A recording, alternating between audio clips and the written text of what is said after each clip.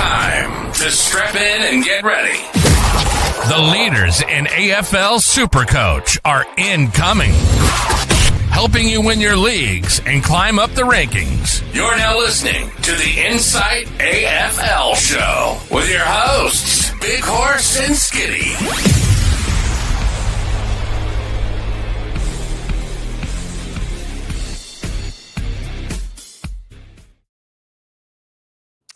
Hello, and welcome to the Inside AFL Show. I'm your host, The Horse, and with me tonight to talk about the first week of AFL practice matches that have happened live here in Australia. We've got Deadly joining me again. Deadly, how you doing, my man?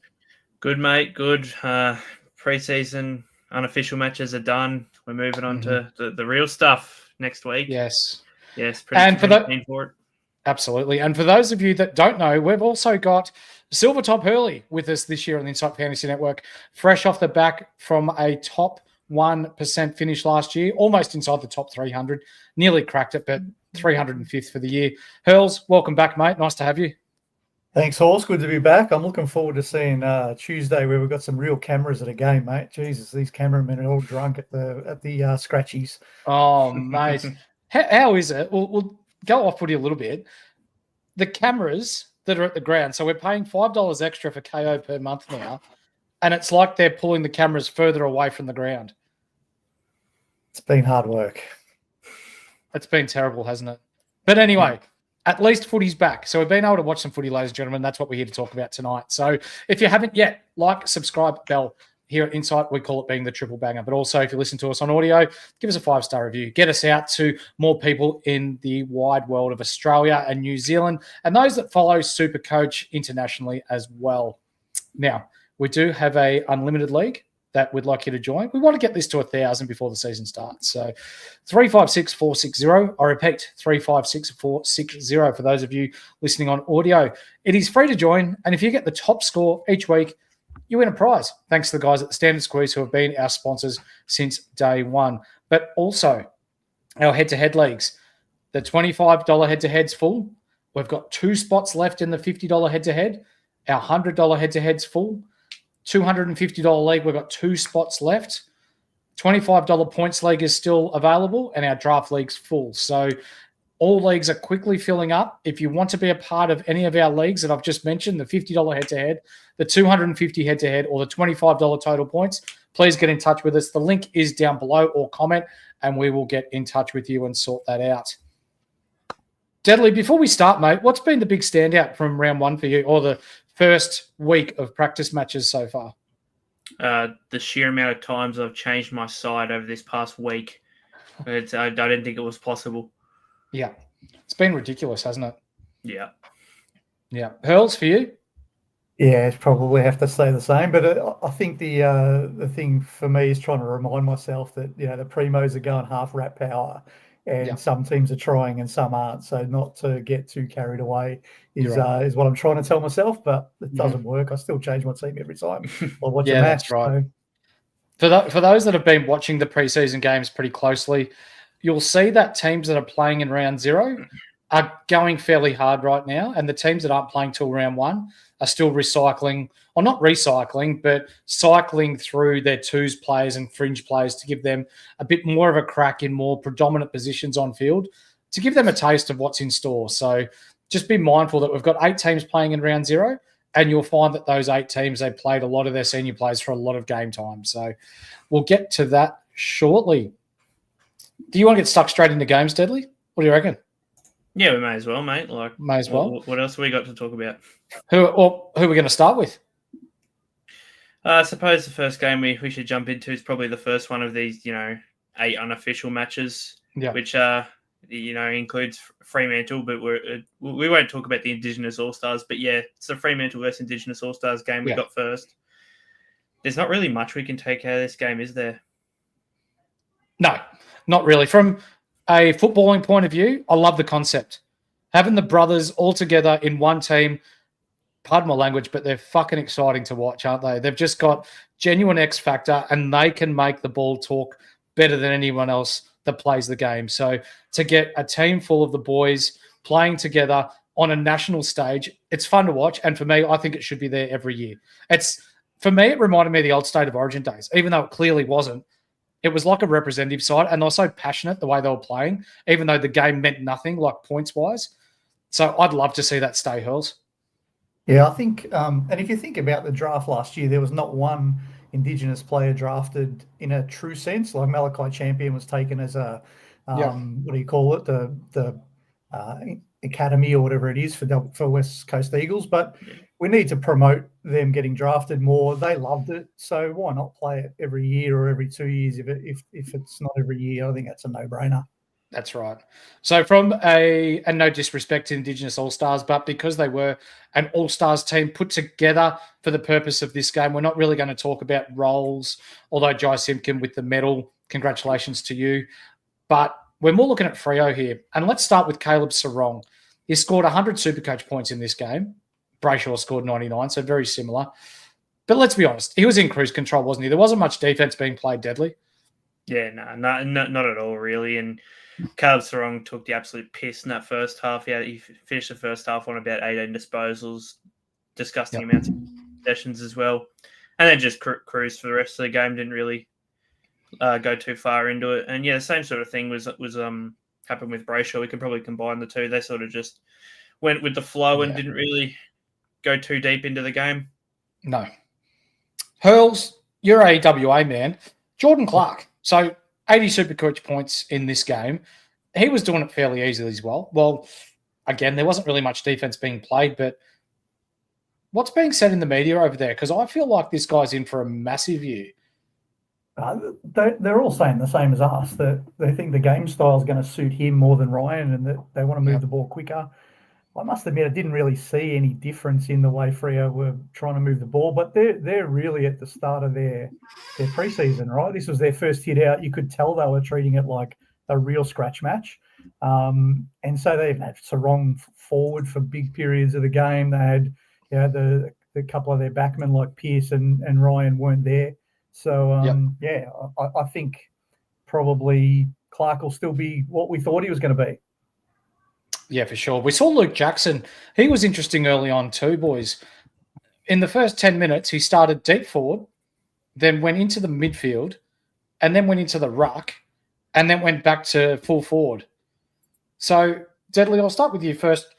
With Darcy being out for probably the first, let's say, month, is he going to keep doing that? Because we've heard whispers that he's going to play midfield, which, again, still I'm not sure how much to take out of that, but is he just going to be deep forward, rotating into the ruck, and he might be that 100 points per game scorer until Darcy comes back, or could we expect more?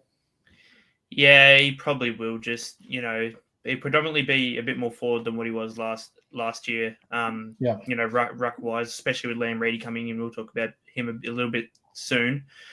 But I can see him just being one of the third tall there, and occasionally going into the ruck when Reedy has a rest. I don't know how long this midfield time will last. I can't imagine it would be too long.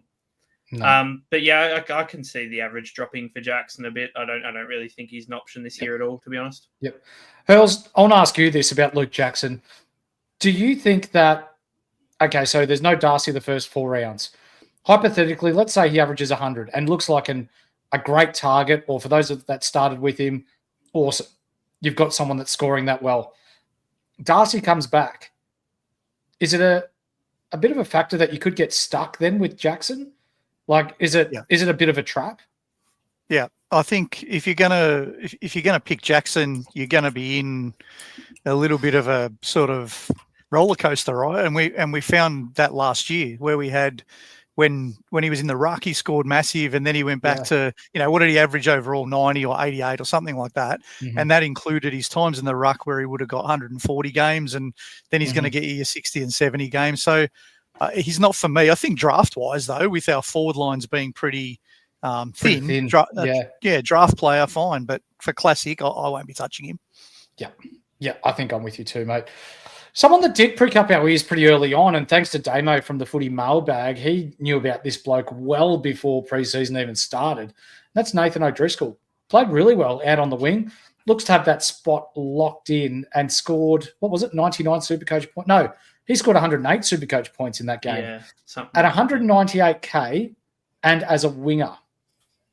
Is he a potential to start in your team, Deadly? Probably not, to be honest. I think at 198k, this is sort of something I've tossed up with the whole week since this game. It's been with Nathan O'Driscoll. At 198k, I don't like wingers are pretty inconsistent scorers, and I just think I'd rather have inside mids that might be similar around the same price around that 190k mark. And I'd probably end up just having O'Driscoll on my bench, and I'd rather not spend 200k on a bench player, if I'm honest. So, yes, you can probably trust him to have a couple good weeks, 100s here and there, but it'll probably only average out to about a 65, 70 average the whole time, and it's not really for me. Travis, thank you for the donation, mate. We appreciate it. Lions didn't play their full team very long for round 0. You're right. In the game that they had, and we're going to touch on it soon, mate, there was Brisbane versus Collingwood versus GWS. Is that right? And Gold Coast. Gold Coast, sorry. Yeah. So they were playing their best team for 2 quarters and then played their reserves for 2 quarters. So the setup was just horrible. From an AFL fixturing point of view, don't do it again, because we want to maximise the time, not just as footy fans to see these players play in the preseason, to see their roles, but from a player point of view, they need to run out games. Like we saw in today's game with Carlton versus St Kilda, there were players cramping left, right and centre with 10 minutes to go. That's match fitness. If you're giving these teams 2 quarters to try and develop match fitness, that's pretty piss poor. And then you see that rolling into round 0, you'll see 5 to 6 players cramping up, and that's where injuries occur. So for me, this triangular series thing that they played with the 3 teams, don't do it again. Yep, I completely agree. Look, I think it would have worked better if they did. So North played a scratch match, I think, the same day as this Freo game. I can't remember who they played now. It was over a week ago. But then they also played again today. But that first scratch match didn't even count to this unofficial, no points scored, didn't matter series. It was just a sort of set up by the 2 teams. Mm-hmm. I can't see why you just don't get another team to play at this time and then play them, later in the week. Like this time, like exactly like North did. Just get someone to play North or someone and then play the week after as well. It's easy, isn't it? Yeah. It's not rocket science. This triangular stuff sucked, if I'm honest. The game just looked ordinary. Yeah, it did. And for us as footy observers and someone or people that use Twitter and Instagram and Facebook to share our views with the Supercoach audience, it's hard to stay engaged for that long as well, isn't it? Like, that, all right, we're getting the best players for 2 quarters and that's it. What's the point in watching? Yeah. Even the like you had periods there where you got some players that were carried over and then others started fresh. Like, Gold Coast, their first quarter was someone else's third quarter. I can't remember if it was Brisbane, maybe. Yeah. It's just, no good. Skitsfit says, bring back the Wizard Cup. What, before that, was it the Ansett Cup? Yep. Yeah. For those that are old enough to remember. Yes. Most of the audience won't know who Ansett is. They go, what are you talking about? Was it Jeff Ansett there, Hurls? The owner of Ansett Airlines? Yeah. Anyway, let's go back to footy. Bob Ansett. Yep. Liam Reddy is someone that we need to talk about. 55 Supercoach points. But for me, I think he's a round 1 starter for the Fremantle Dockers, Deadly. Yep. Do you play him or is he a fade? Yeah, completely fading him for me. Even depending on how long Darcy is, it looks like round 4 or 5 return for Darcy seems ominous. Even still, Liam Reedy didn't look the greatest against Cone Livingston and, Ash Johnson. These guys are part-time rucks who either rarely ruck or do anything. He didn't look the greatest at all. And, I sort of worry for him when it comes to actual, AFL game time against these top-tier rucks that have been doing it for 10 years. Yeah. I don't really think his scoring output's the highest. And, even if you're picking him, I don't think there's much money to be made before Darcy comes back. Yeah. So, he's a complete fade for me. I want to ask you first, Hurls. From a playing point of view, playing the Indigenous All-Stars, and again, no disrespect to them, but the game doesn't really mean anything with no real defensive pressure. Is it hard for someone like Reedy, who's a massive, massive lad, to go full tilt and to have a proper crack? Or do you think that maybe his potential to be a good Supercoach player for us may not be as high, or the ceiling is as high as others? Yeah, I think he should. I'd go more on what he produced last year when he played in the ruck, and his scoring was poor then. Okay. That game, I wouldn't take much notice of that game, because you're right, who knows? And depends what Freo have told him. If they've said to him that you're the starting ruck, we're not going to pivot to Jackson, he probably doesn't have to go any harder than he otherwise would. But even when I saw him last year, I wasn't that impressed that he's going to be a scoring enough to make you enough quick cash, because it's a quick cash play if you pick him, and I don't think he's going to make enough. So yeah. Someone who could potentially make cash, lads. Our last player that I want to talk about from Freo is Neil Erasmus. So massive, massive waffle final series we've spoken about previously, Deadly.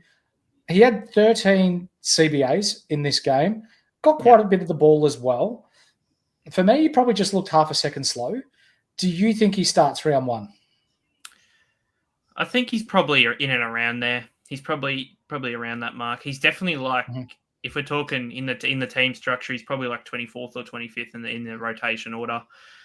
Look, the sub risk is way too much for me. Even at 119k, I really don't even want to look at it now, especially after watching that game. Like, obviously, we're not taking too much out of it, but that sub risk is just still way too much over his head. Yeah. I think in a year or a couple, when he's fully ready, and Nat Fyfe's moved on, and Erasmus could just fully jump in there, be that fourth mid, then he'll be great. Yeah, definite sub risk. Hurls, any different? Nah, I like him. He's one of my favourites, and I was wrapped because I took him in a multi, and he got his 15 disposals. So I was watching him closely. I think the only thing I'll say in his defence, just to give the counter argument, is he didn't seem to play with Sarong and Brayshaw that often. He was in there with some of the other second tier blokes. Okay. And so maybe if he was the fourth mid, he would get a bit more of it because he'd be able to get the ball off those two. But I agree with you, sub risk is a bit of a problem. So he could be a potential rotational piece through the midfield. Potentially, but he could kill you if he's the sub every week too, though. So it's a bit of a risk. He can play forward. He kicked a couple of goals in the Waffle Grand Final last year, so he's a mid forward in Supercoach. Yep. So that's going to be interesting to see. Let's watch their final preseason game before we jump the gun on Neil Erasmus. Yeah. Next game we're going to talk about is the Western Bulldogs, who unfortunately fell victim to a high-flying Essendon unit. Flag Dons. I only say that because we're all Essendon men here. But it wasn't a bad game for the weather conditions were bloody shit house. It was windy, raining sideways. Shit was just going on everywhere. There was a few players that were playing for SSP spots, sorry. Yep. Let's start with the Western Bulldogs, though. And Tim English is the first one that I want to talk about, lads. So he split the ruck duties with Crossley, who has since not been offered a contract with the Western Bulldogs. For me, I'm not that concerned because this was a trial match for Crossley to see whether he was good enough to play AFL footy. He got monstered by Draper, who, for me, I don't consider one of the top 6 ruckmen in the competition. So ultimately, it led to his departure from the Western Bulldogs. But moving forward, is English just going to take the mantle as the number 1 ruckman and play more than what he did last year? Or how do you see this moving forward, Deadly? Yeah, I think this was sort of it was sort of two things. It was to give Crossley a run to see if they needed to bring him in as the backup ruck. Yeah, to help English out at times if they need be. And this sort of was, just get English back into the flow of things after his abdominal injury that he copped a couple of weeks back. Yeah. Look, I think we'd probably see a pretty similar season to last season. I don't think we're going to see, the English that we saw a couple of years back where he gets up to 700k stay in the year. I think we'll see probably similar. I lean towards not touching him, especially with that round 12 bite. Really doesn't tempt me at all. I think there is better options. I think we would just say a very similar English to what we saw last year. As the creator of the buy fixture article in our Patreon, Hurls, Deadly just brings up a really good point that you don't want to be carrying too many North Melbourne, Carlton, Western Bulldogs players. They seem to be very good Supercoach options for our Supercoach teams this year, but they all share that same bye. Yeah. I'm not as critical of English as maybe you two blokes were. I think I'd just ignore that game. But the bye is the reason he's not anywhere near my team. I don't want to start around 12 ruck. And if I did, it would be Sherry, and I'm not even starting Sherry. So that's the only reason he's not in my team. But I think if you think about the game on the weekend and even Crossley, Essendon was the second hardest ruck to play against last year for Supercoach points. So I think even though I agree with you, Draper's not in the top 6 rucks, they're hard to score against. And so I think English was never going to score. He doesn't score from the hit-outs anyway. He scores around the ground. He wasn't playing in a spot. He wasn't playing in a spot he could do that. So just watch next week. If you like him, don't rule him out yet. Watch the next game and see if he's back to that mobile running, 20 touch kind of bloke. And if he is, then and he fits your buys, go for it. For sure. Someone that really did impress me, though, Hurls, and that was Ed Richards playing full-time mid. He was very impressive. He was. Are you considering him? No, I'm not. Again, only because of the bye and it doesn't fit my structure. I did notice that he might have had a bit of a tight calf, not in the game, but I think it was just the other day. They 3 days announced, ago. I think it was, Mitch Cleary reported that the scans were clear, but it's still not ideal leading into round 1, I guess. But he's got a great role. He's going to play midfield when he does play, and if his calf's okay, I wouldn't be turning anyone away from picking him. He's just not for me. Yeah. Deadly? Ed Richards? Yeah. I think there's just too many risks involved for me. Like, yes, these are pretty minor things, but they all can stack up pretty quickly. You've got the round 12 bye, obviously, we've spoken about. The news of his calf, it could, calves are pretty random. They can, hit pretty quickly. We see it from my NRL fans. Nico Hines had a tight calf a couple of times and then really did his calf, a couple of weeks later. And, I think just the lack of the 3 main mids, it doesn't really affect Richards too much because he will be in that midfield rotation. But he won't be the main guy like he was in that scratch game where Bont, Treloar and Libba involved. Yep. Someone who did shine was the Fridge. Our man, the Whisperer, vibes central right here, Joel Frazier. So 29 touches off half back, but we know in the inside world that Bailey Dale didn't play for personal reasons. No, he didn't mess up. No, nothing was going wrong. He just had a day off. Yeah. Does that kill any potential relevance of Frazier in our teams, Hurls? I'm not sure it kills it because if you like him, you're going to still like him because he did what you would have wanted him to do. I just don't like his price. It's really awkward, isn't it? Yeah, so he's not going to be in my team. But if you were hot on him before that game, you would have been really happy with what you saw. He did everything you would have wanted. Yep. Deadly? Yeah, I completely agree. But yeah, if Bailey Dale ever misses an extended period of time, we know who we're looking at. If it comes down to it, Joel Frazier will have plenty of value there. Yep. Riley Sanders next. So the Colonel had bulk mid-time. It was like 81% or something for the game. It was something ridiculous. Yeah. It was just awesome. First receiver on every kick-in. When Western Bulldogs looked to go inside, he was that receiver there as well. Even though they played without Bont, Treloar and Libba, we've all spoken about it in a chat group that we've got. Tassie start working their team out next year. So this year is the last year of draft picks that go to certain clubs before Tassie start getting their haul, and they can start talking to players. From a Western Bulldogs point of view, this kid is going to be a gun for years to come. When you're talking about players like Treloar who are getting on in age, calf injuries, Libba, love you, mate, but you're one concussion away from potentially retiring, which we don't want to see. But for someone of Riley Sanders' skill and ability, he's just got to play, doesn't he, Hurls? Bevo can't stuff this one up, can he? Surely. Surely not. He's one of the few guys. Oh, I know. He did stuff Dunks up, so I should take that back. But I've looked at my team today. And he's one of the few that was in my team picker that's still there. So I haven't moved that magnet at all. I hope he keeps getting that. So I don't expect to have the CBA percentage that he would have had in that game. I think he'll come back down to your 60s when you bring some of the Bonds and those guys back. But if he can get you 50 to 65% CBAs, I think he's great value for our forward lines. You rocking with him, Deadly? Yeah, I mean, as long as he plays in the AFL, there is value there, no matter what. There is points on offer, even if he only has 50% CBAs, he will have points on offer. I'm probably leaning towards more not having him, but it could be someone that I look back in 2 months and I'd be like, why didn't I start Riley Sanders? He's 550k, looks like one of the best forward options right now, and it's something I have to mull over, and I'll take that into next week's practice matches and really think about. I'm going to bring up two here from the Western Bulldogs before we move on to Essendon.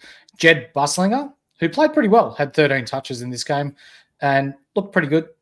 I reckon he's probably a sniff of round one, and also Sam Davidson, who for me, I think he's a fairly safe F8 target in our Supercoach teams. Looked pretty good on a half-forward flank and running up and down the wing. He's got a good tank on him, got good skills as well. We've got to remember it wasn't a good day for footy, but for you two guys, I'll start with you, Deadly. Are you considering either Buslinger as a defensive bench option or Sam Davidson as a forward bench option? Davidson, yes, he's 100% locked in. I think he's got a spot in that Western Bulldogs side quite comfortably. Yep.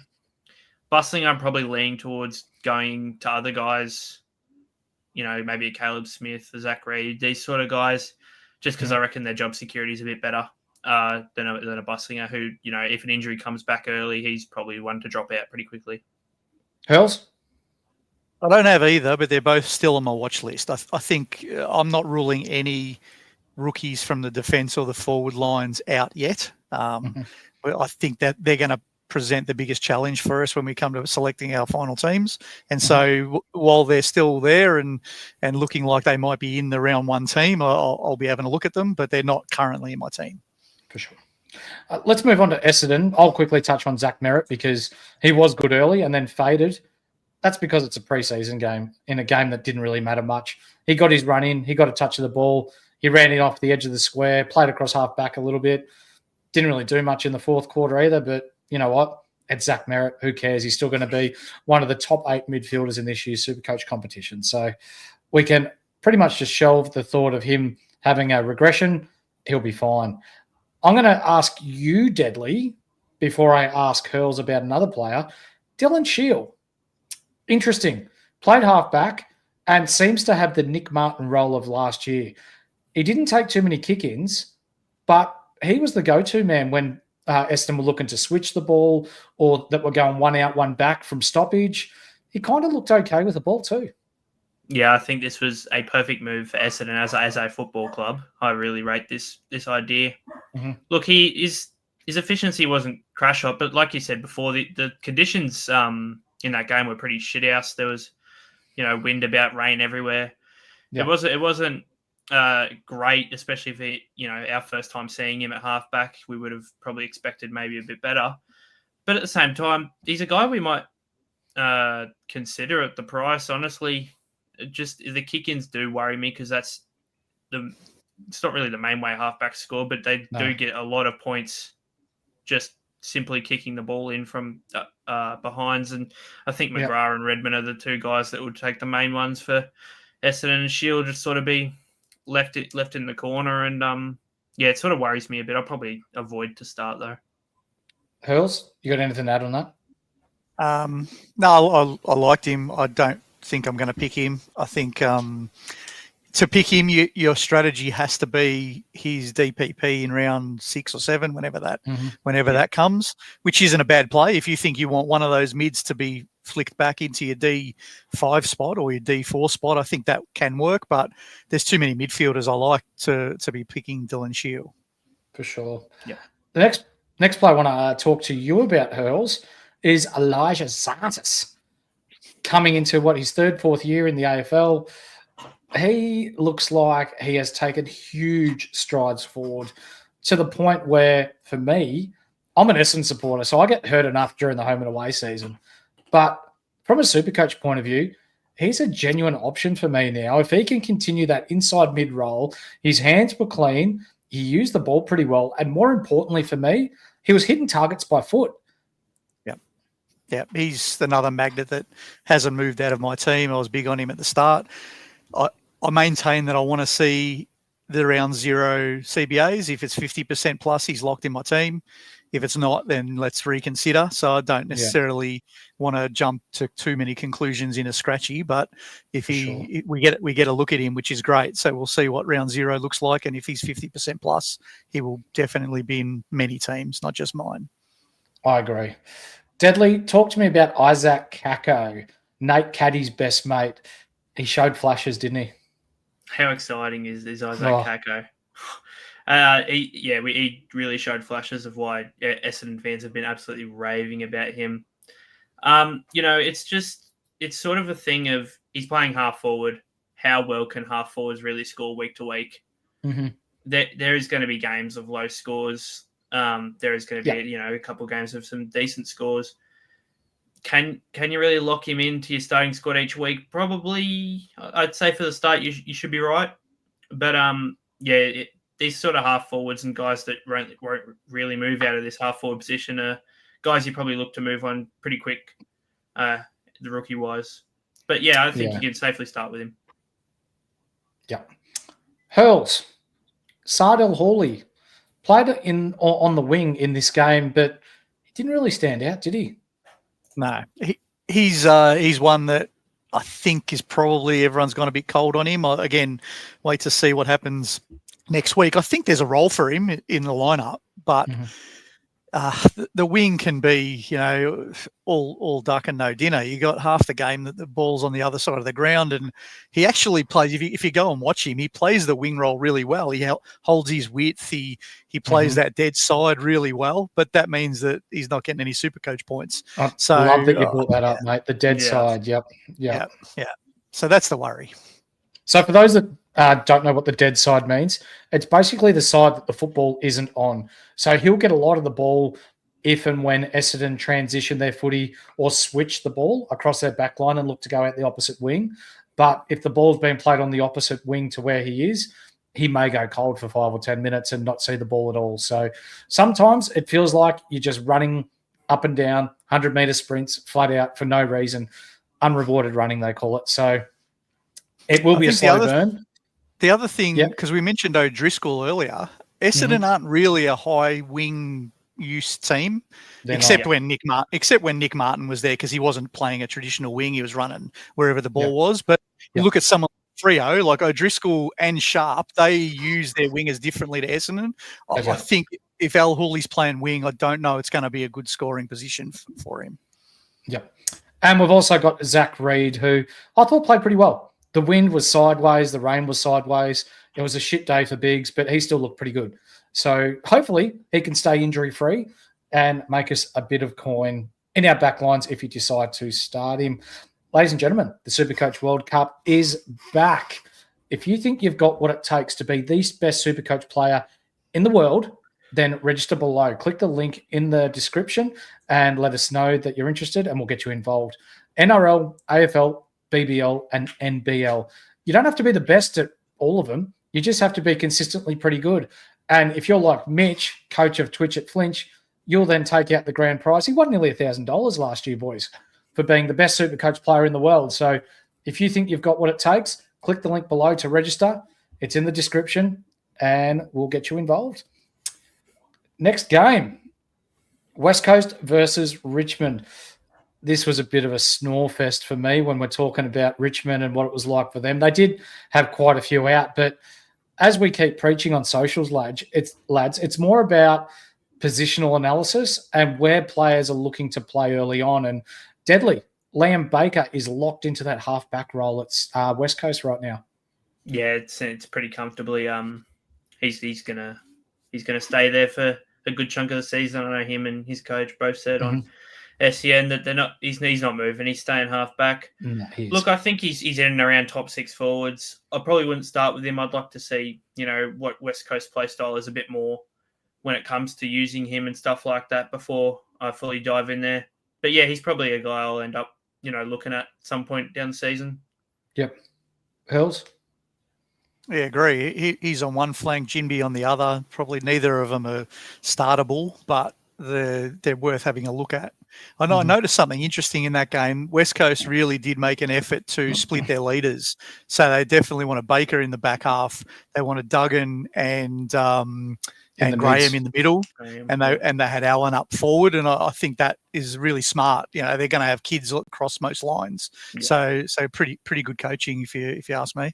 Yep. And in their intra-club practice match today, Baker was named as one of the best again in their A team. So the role is definitely suiting him quite well. From a Supercoach point of view, let's just wait and see. Matt Flynn. I'll take this one, lads. He was poor. Yep. I think we can safely put a line through him to start the Supercoach season. It's still a ruck battle there. And for me, I reckon Bailey Williams, again, is probably the number one ruck. Even in their intra-club today, he didn't play. He was running laps. I don't think it's a battle. What's that? Sorry, I don't think it's a battle anymore, mate. I think Flynn's just done. I think he's done too. I think he's playing waffle this season whenever he's healthy, and I don't think that's many times this year either. No. So we've already spent way too much time on him, so we'll keep moving on. Hurls, Jack Hutchinson. He is a little tough nut and loves getting his hands dirty. Got some CBAs, played on the wing. Started on the wing today again in the intra-club in the A team. Awkward price, but is there any consideration for you? I actually bought him in after that game. I like him. I think he's a chance, and we'll talk about this bloke later on. He's the same price point as Garcia, and I didn't see today's game, but the raps on Garcia are a lot more than him, so I switched them. That was I'm probably wanting someone at that price, and I did like Hutchison, but he's already out. He lasted a week. At least he got a sniff. I think we can all agree, boys, that Bo Allen, starting off halfback for the Eagles, played halfback in their ones team today. Their coach has come out and said he'd like him to play halfback in their starting round team this year. We just lock him in, don't we? He's a clean user of the ball. Yeah. D6 for me, and I'd probably just stay that way until if something changes. But yeah, he's in the back line for sure. You don't have to start him, but I think I've heard enough. I've seen enough. He's good enough to start. And Elijah Hewitt. Now this is interesting because he was really good in the game against Richmond, but today he started on the ball for the B team. Does this concern you at all, Hurls? For sure. Yeah. But let's see what happens when they play against another opponent. Like, were they just trying to spread some mids? I know Harley Reid came back today, and you can go one or two ways. You can think either did that push Hewitt out, or did they just want to make sure they've got someone on the other team that's got half a clue? I don't know. So let's see what they do when they play against an opponent. But he should be on everyone's radar. If he's in the team, he's startable as that F6 for sure. Love the fact that you brought that up. For those that are worried about Hewitt playing midfield, I still think he's in the round one team. He played on the ball in the B team, so he's getting the same amount of Ks in his legs. He's playing the same role. He'll be a rotational piece through the midfield for West Coast, I believe, anyway. And I think he's firmly in their round one plan. So I don't think the worry about him should be as great as, say, a Matt Flynn. That's for sure. Yeah. For Richmond, is there really anything to talk about apart from Sam Layla's jaw and Caleb Smith looking pretty good down back? Yeah, besides slow play. Yeah, the slow play. The chip kick stuff is chip kick stuff works well for Caleb Smith, and we hope he gets that spot because he's the cheapest out of the guys that are fighting for it. And he looked one of the best out of those guys that are fighting for it. But besides that, Richmond are going to suck this year. Let's be honest. Do you guys, or Hurls, I'll ask you first, do you see this game plan sticking? And if you do, does this make Jaden Short kind of viable? I was going to say I don't like Short. None of the Richmond supporters like Short. No. So I don't know how I will think about him. But I think you're right. I mean, if they stayed playing, if you see them doing that style again, it was just completely chip around the back half, almost like they were killing time. If they're going to do that all year, I mean, they're all going to get heaps of the pill. It was a classic St Kilda type of game plan. Yeah. I don't know. Who knows? You have to wait quickly. There was. Let's see what happens when Vlosten, Short, and Broad are back, and do they move it a bit quicker with those three? I don't know. I'd be concerned, though. Yeah, I'm a bit concerned. Deadly? Yeah, I'm very concerned. Sam Layla, going to be a talent. Really shit thing that Ruben Ginby did. But, besides that, I think we can move past Richmond. Got Skits Fits in the chat. Going to be embarrassing when the Tigers finish on top of the Dons. Oh, boy. Yeah. Let's bolt a bet right now, my good man. Very, very confident that we're pretty safe. Geelong versus Hawthorn. So this was one of the games that I thought actually felt like a proper practice match, lads. There was a fair bit of defense. There was defensive structure. There were run through the lines. There were players pushing back. It almost felt like there were competitions for spots in this game. Yeah. And this was a game that I actually watched right through to the end because it felt like it meant something. We're going to start with Maxi Holmes, Hurls. He gave away a couple of free kicks, but rotating from halfback through the midfield, loves a run and carry, kicks the ball long, good user of the ball. It's a pity about that early bye, but geez, he looks good. Yeah, he was good. And I agree with you. This game seemed like that. Even strategic-wise, they changed it up when they needed to. They moved from transition to more contested stuff. I really enjoyed watching it. I think Holmes is a good pick. If you liked him, you would have again stayed, thinking exactly why you liked him in the first place. So I wouldn't talk anyone out of it. I actually wanted to put about 5 of these blokes, not just from Geelong, but Geelong and Hawthorn, into my team after this game. Yeah. So I've pegged that back a little bit as the week went on, but there was some really good SC relevance here. Yeah, Deadly. Yeah, there's so much SC relevance in this game. This is probably the game of the scratch match round for me. Max Holmes, look, if you can cover that early bye, I really don't hate him as an option at all. He did exactly what you expect Max Holmes to do, if we're honest. He's just a good player doing good things. Yeah, spot on. Bailey Smith's an interesting one. So he was really busy early on with his overlap run and his hard running, and his delivery inside 50 was, we'll say, okay. His disposal efficiency overall was pretty poor, though. He only went at 44% for the game. Hurls, I'll ask you first. Does his pure ability to find the ball outweigh his inefficiency with the ball? Or does this concern you that he's, again, like a historically less than average user of the ball, percentage-wise? Is this going to continue for Supercoach, and is that going to affect his Supercoach points to the point where we may need to consider fading him? I think he's an interesting player, and this is one of those ones where we all have confirmation bias, right? We go into every game and we're looking for what we want to see. And I've been keen to fade Bailey Smith the whole preseason. And so I naturally saw all of his turnovers and all the grubby stuff and all the rest. But I think that you're probably going to still have a safe floor with Bailey Smith. He's going to get a lot of possession in that Geelong team. His linking play was pretty good. He ran for 1-2s. He kicked inside 50 a lot. So I think he's going to be what people want. But the only way I'm starting Bailey Smith is if I want to go with the crowd and decide to just go safe. I don't want to start him, but I might, just because there's so many that are starting him. I'm scared that it'll bite me. 66% owned, is that right, Deadly? Yes, I think it's still up around that sort of number. Yeah. Look, I'm near on ready to lock in that I'm going to fade him. If we remember back to last year, the old fade Gorn situation, it might be fade Baz this year for me. To be honest with you, I don't know if I'm going to look at him at all this year. To be honest, it's sort of look. Yes, the confirmation bias is it definitely showed with me that game when I was watching it. But yeah, I'm really not interested in him. I don't see much. He's not going to kill me, I don't think. One that I do want to bring up with you, lads, and I had him in my draft team last year. I picked him off waivers, and that's Sam De Koning. So he had about a quarter and a half in the ruck and looked pretty good, rotated with Blissavs. I guess the question is, if he's full-time ruck, we're playing him. And with the confirmation of Toby Conway being out for an indefinite amount of time, there's an opportunity there. I think he's comfortably better than Reece Stanley in the ruck and around the ground. It's just a matter of, can we trust Scott to play him in this position? I'll ask you first, Deadly. 1, are you considering him? But 2, can you trust Scott?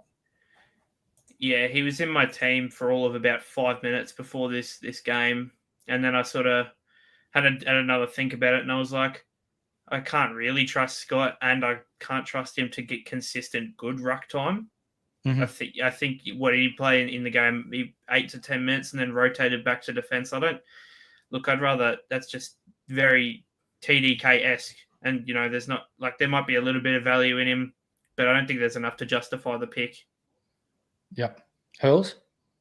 I'm the opposite. He's in my team at the minute. He's D4 for me. Okay. And I'm nervous. Can I trust Chris Scott? No. but I just hope he plays. If he plays without Stanley, I think we can trust Chris Scott. If Stanley isn't in the 23, he has to be one of the 2 ruckmen, right? There's only going to be him and Blitzarves. Yep. So I think it's a selection thing for me. If I see him in the team without Stanley in round 0 and then again in round 1, I'll pick him. If he is there but Stanley is in or whatever, he'll be booted out so fast it won't be funny. Mm-hmm. Yeah. One that I actually really liked was Mitch Nevitt. He led the game in CBAs, had 15 touches, went at 78%. I'm pretty confident just to say lock him in your teams. I think he's going to be a genuine player, much like Ollie Dempsey last year in the way of scores and time on ground and that sort of stuff. He's a different player to Dempsey. Dempsey was good out in the wings and pushing forward. Nevitt's more of a midfielder. But for those that don't know, Nevitt at the back end of last year had a 210 Supercoach game in the reserves as an inside midfielder. He's an absolute bull. And once he gets a bit of confidence at AFL level, I can see some nice scores coming. Yeah, 100% agree. He's my boy now. I've sort of decided, and I've pretty well locked him into M8. I'm happy to start him as on field. The role looks good. CBAs are good. Not much really holding him back, and even at the lower price, he's still going to score good enough. He's probably overtaken Jagger Smith as the rookie price player of the year right now. It's a big call for me. Oh, sorry, Hurst, go. It's a massive call. I'm keen on him. He's in my team. He's in my M8 spot too. But the rookie player of the year, that's a huge one, Deadly, to start off. That is spicy. That's spicy. One player that I really want to start, but I just can't find a spot for him given the amount of players I only really want to carry 4 into that round 3 bye, and that's Connor O'Sullivan. So he looked really good with some nice intercept marks, kicked a goal in the VFL last year. He was really nice playing across halfback as well.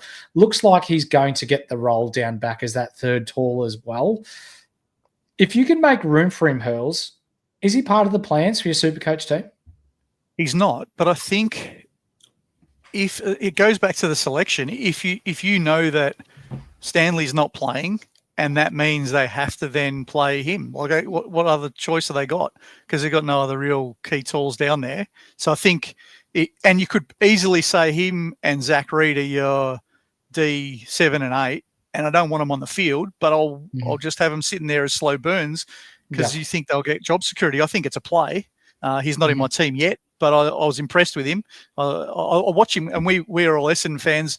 We probably watch him closely because we traded up to get Caddy, and that's the pick that Geelong took straight after Caddy. So I was keeping a closer eye than maybe usual, and he was impressive. I liked him, but he's not in my team yet.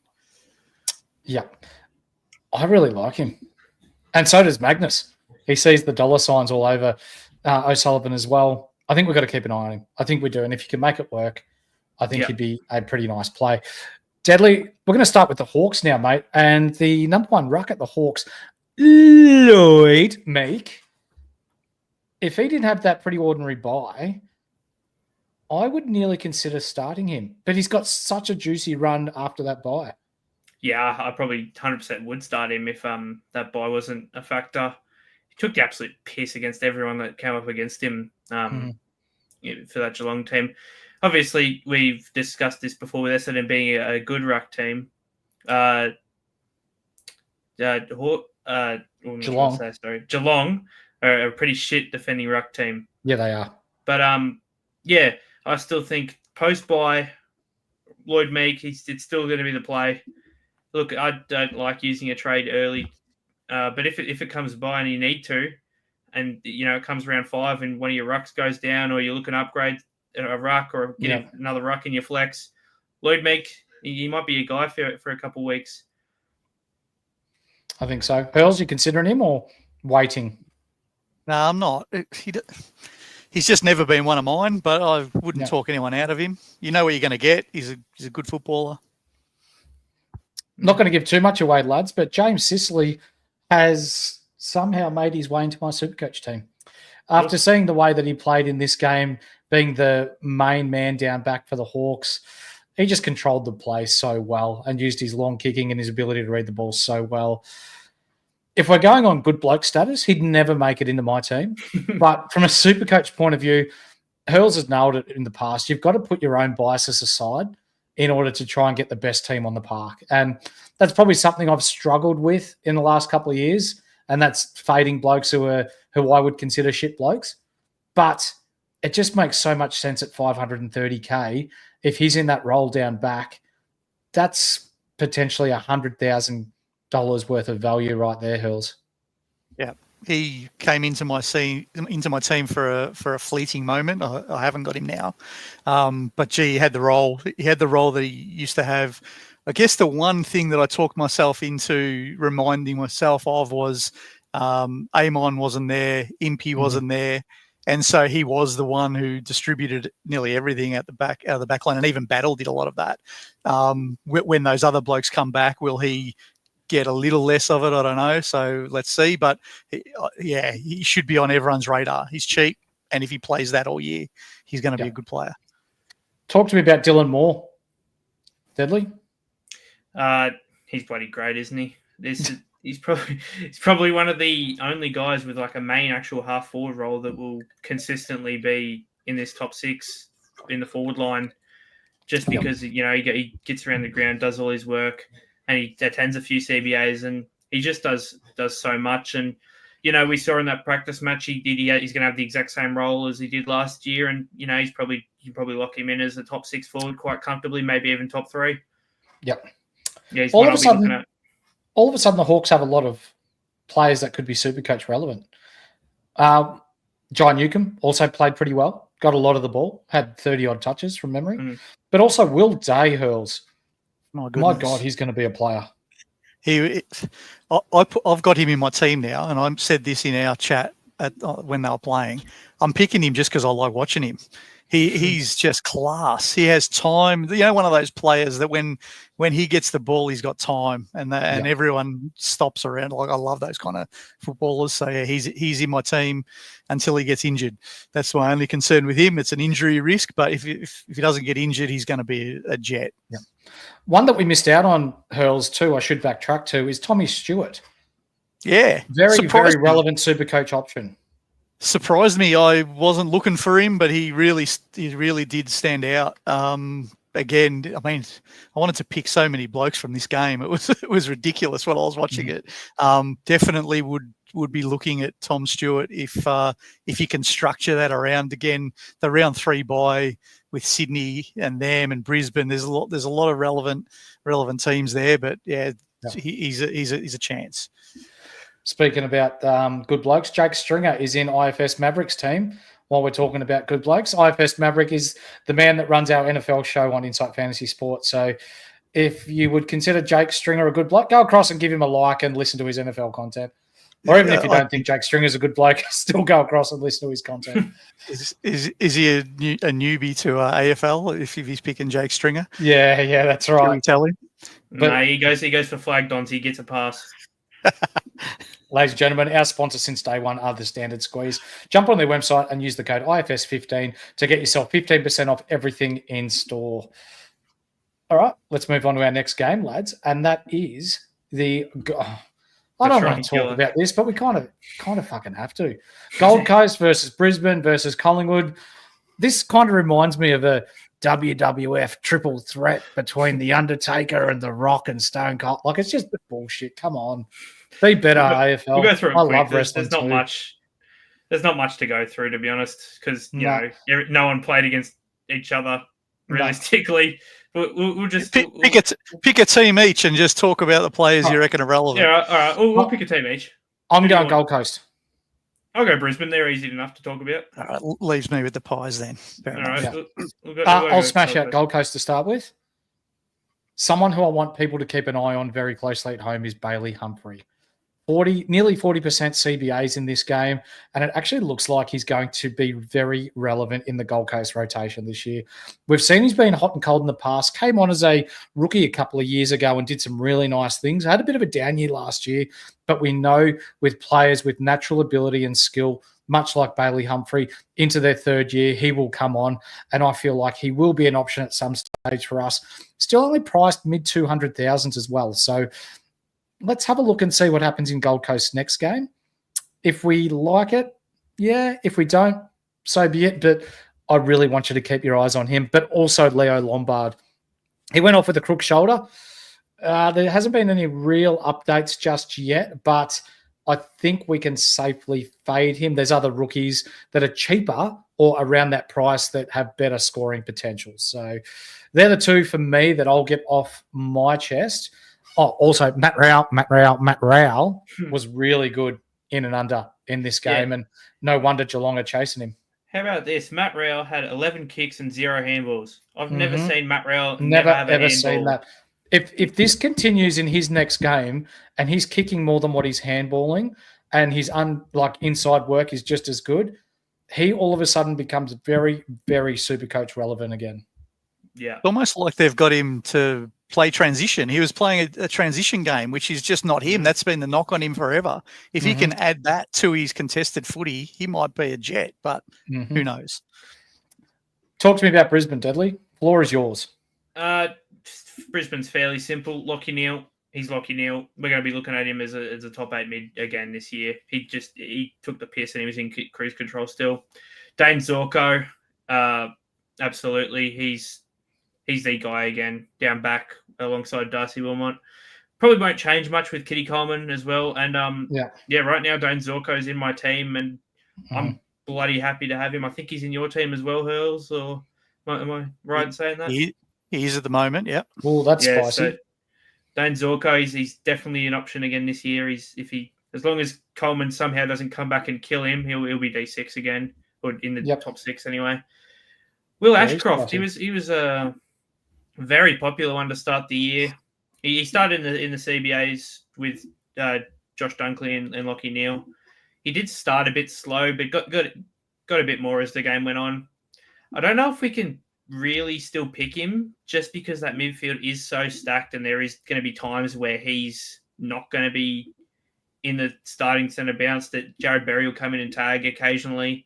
And there is going to be times where Will Ashcroft sort of just gets pushed to the side or pushed up at forward at times. I'd probably lean to there's better options nowadays. I'd rather have a Will Day or a Clayton Oliver at similar prices to him. And from one Ashcroft to another Levi, he's going to be a jet, isn't he? He's going to be incredible. He had a few bumps copped on him in that game from Lombard and Ben Long, and just took him like a champ. And he's a talent, and he might even be better than Will comfortably when it's all said and done. It's the same sort of thing, though. I don't think I will start him just because of how stacked this midfield is. And, Fagan's already came out and spoken about how he's going to potentially play on a wing or play at half forward at times. And it was a massive sub risk. And at 185K, I think there's, better mid options that won't be sub risks. Maybe it might change if something else comes out. But right now, I'd probably avoid Levi, no matter how good he is. Anyone else you want to talk about? Brisbane-wise, there's not much going on. I'm pretty annoyed, actually. I should have thought about it more. I would have loved to talk about Harry Perryman for Collingwood, but I'll let Hurls. Go for it. You go for it. I'll pick up after that, mate. He was gonna be my first player talked about anyway. If you're talking about the prize, so go for it. How bloody good did he look? I mean, we sort of brought it up right at the start of preseason that he's averaged plus 100 when he has 50% CBAs. Now he's got a full-time CBA role. He was the link man with Nick Dacos in every handball chain. The role was perfect for him. Mate, I don't care what buy he's got. He's in the team at 417k. He's proper value. Yeah. Bloody oath. I'm currently running so many round 3 buy players. I can't possibly hold them, but Perriman is absolutely in my team. I think his link up work was great. Tackling, I think he's exactly what they need. Obviously, they've still got Pendlebury to come back. They've still got DeGoey, who's maybe a bit slow starts of the season, so he might be a few weeks. But I think Perriman's going to be in there, probably M2 or M3 for Collingwood, and that means that his price is someone you should be looking at. I think if you were worried about Dacos's foot, shelve that. He's fine. He was just 100%. Running around everywhere. If it's just whether you can work that that buy out. I won't start him, but he will be in all of our teams at some point throughout the year for sure. Darcy Cameron didn't do anything wrong. If you are liking him as your R2, he was good. He takes the rucks, he drops back, he takes intercept marks, and then he even pushed forward a few times. So he was good. And the other Collingwood that I was impressed with, and I don't know if his role will hold when some of the others come back, but Ed Allen looked really good. He was complimenting Perryman and Dacos in the middle, and I think if he holds his spot when some of the other mids come back, and maybe even, who knows, maybe they push Crisp out to a back flank or something and leave him in. If they do, he's someone you could definitely be looking at 190k. So that's probably the main ones. For sure. Magnus, in regards to Jepson, he didn't play. He didn't play in the A team. Played in the B team, but I think he only got limited time in the B we're team. Not I don't. Unfortunately, I don't think he's the guy anymore. And our man Yenar, cheers. Love the hump pick. Get around the humper. Bailey Humphrey. Next game. I'd say we made the triangular shit house game good to talk about somehow with that, fellas. Yeah, the old CUB triangulars remember the Australia versus Australia A days? Get around it. We're going to talk about a game that you went to, Deadly. So firsthand, we can just leave the floor to you, mate. And that's GWS versus Sydney. You're pretty happy with this, weren't you? Yeah, really happy. I mean, got a lot of answers to a lot of questions we were after, and a few more questions got asked as well. I'd say the pretty obvious ones is Errol Goulden, Isaac Heaney, and Chad Warner. They're just fantastic, aren't they? I mean, these are guys, depending on the prices when it comes down to a time to pick one of these Sydney guys, and you're going to want at least one of them at some point this year, because they just complement each other so well. Errol Goulden, I don't think, had a CBA and still took the absolute piss, was the best player on the park easily. I don't think he's one to worry about without CBAs. Another one that obviously surprised me for Sydney, Ollie Florent. How interesting to see him as the main distributor of halfback and not a guy like Matt Roberts or Nick Blakey. He really impressed me as well. He set up the first couple goals, and he didn't look out of place running around the park, did he? No, looked pretty good. Yeah. Yeah. His ball use is really good. Yeah, 100%. On the contrary to that, Matt Roberts, he didn't impress at all. And to be honest, I don't yes, it'll be his spot down back, but I think you can pretty safely avoid him at the price now. Angus Sheldrick, I mean, he did his job. He didn't really help or hinder his chances at all or anything, but it's just a question mark on whether he gets consistent game time with Mills set to come back into this midfield group. And going back to before he's Erasmus before, he's probably 24th or 25th guy in this squad. So I'd probably lean to him, still being a sub risk, and probably just keep on the watch list but avoid for now. Ben Patton as well, he had some good time down back. He and Sam Wicks rotated between each other pretty heavily. Every time they went off, they'd chop and change positions. It actually looked like they were fighting for a spot against each other for when Harry Cunningham comes back. Yeah, which might be a little while, given that we saw him on crutches in a moon boot. Yeah. I think for now they run with both of them, but they're still doing battle, I reckon, for a spot back there. Yeah. But Patton, he's, if you just want a consistent 60 to 65 scorer, a guy that probably has a pretty safe job back there, and you just want to have him on your bench, His DPP is really handy as well, defender forward. Mm-hmm. You could just have a guy like him back there and not feel bad about it. Yeah.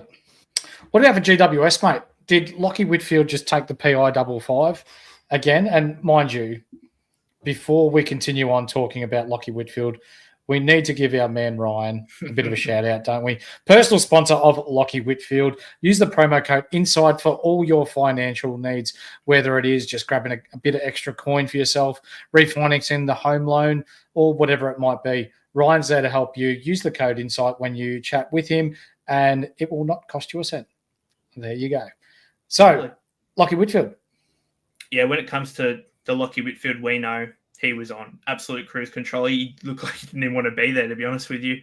Most of the GWS guys just took it as a standard match. They weren't really fully into it as much as Sydney were, to be honest. And Lockie Whitfield was on proper cruise control, but he's not one to worry about. He's still the main guy back there for GWS, and he's probably going to be in most of our defences when it comes time this year.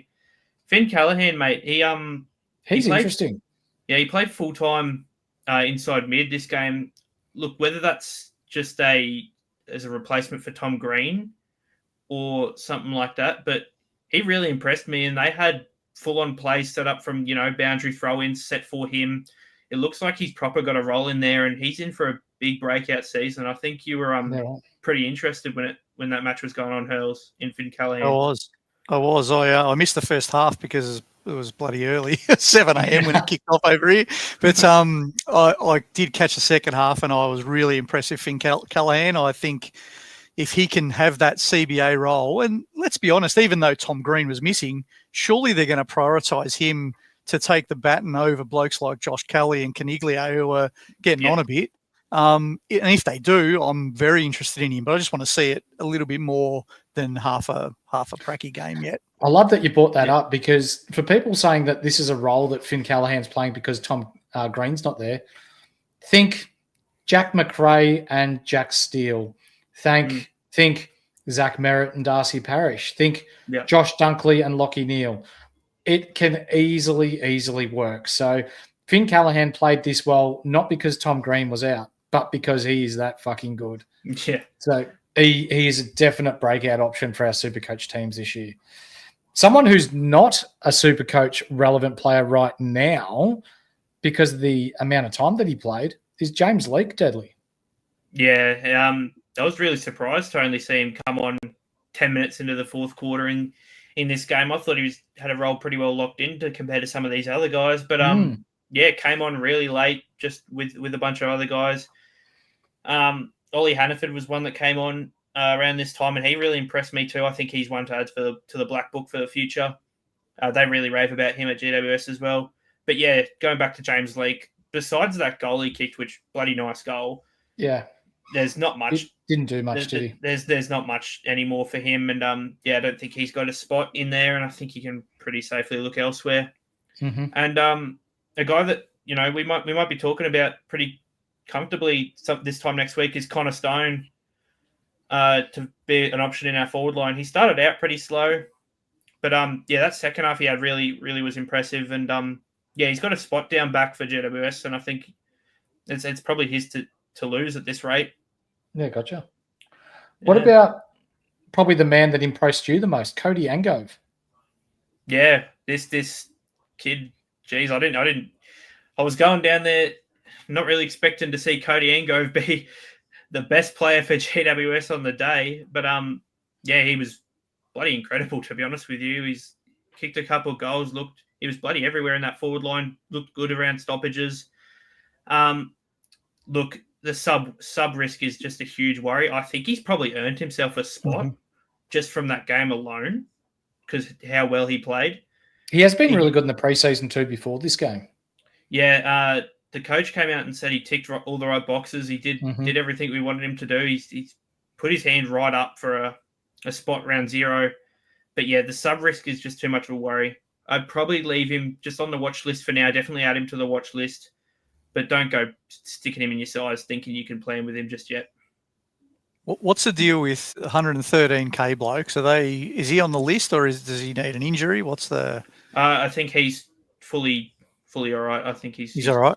I think, I'm pretty sure he's got just a full contract, just one of these rookie guys that got drafted or something. Yeah, cool. We're moving on to Adelaide versus Port Adelaide. So this game was pretty hot early on, and by hot I mean hot at the contest. Although Adelaide they look a class above Port Adelaide in this one, even though it was kind of pegged back a little bit towards the end. I thought Adelaide were comfortably the better team in this competition, or this game, sorry. We're going to talk about James Peatling, but two that I want to bring up first. One I think has value, and one is a potential trap. The value pick for me is Jordan Dawson, $550K, but holy fuck did he look good, Hurls. He was just first receiver everywhere.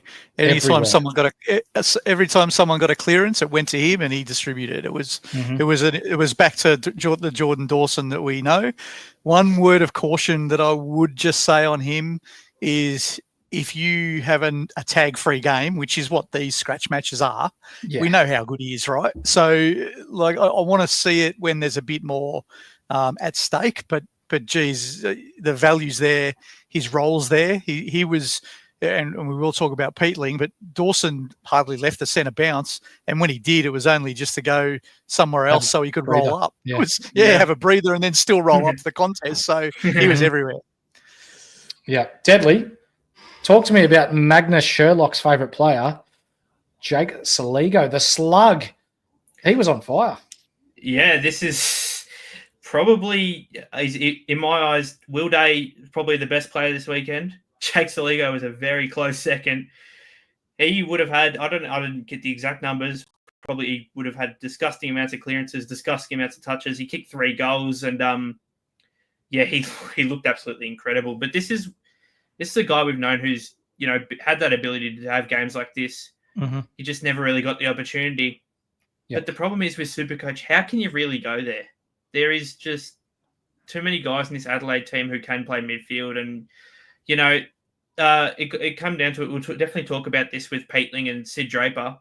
They tested out one midfielder each quarter of their main team at half forward. Saligo in the third quarter went and played half forward. Peatling played the first quarter at half forward. Sid Draper played the second. They were sort of trialing that, I reckon, if they need to. And yes, Saligo's, he looked the best at half forward. So it does worry me a little bit that he could spend some time there if you were going to pick him. I don't like it personally, just as an option. Yep. Someone I do like, though, is James Peatling. Started in the first CBA, then went forward for the rest of the quarter before returning to the mids, and I thought he was on fire. His hands are so good. He tackles like a man possessed. Am I worried? Not at all. These are practice matches.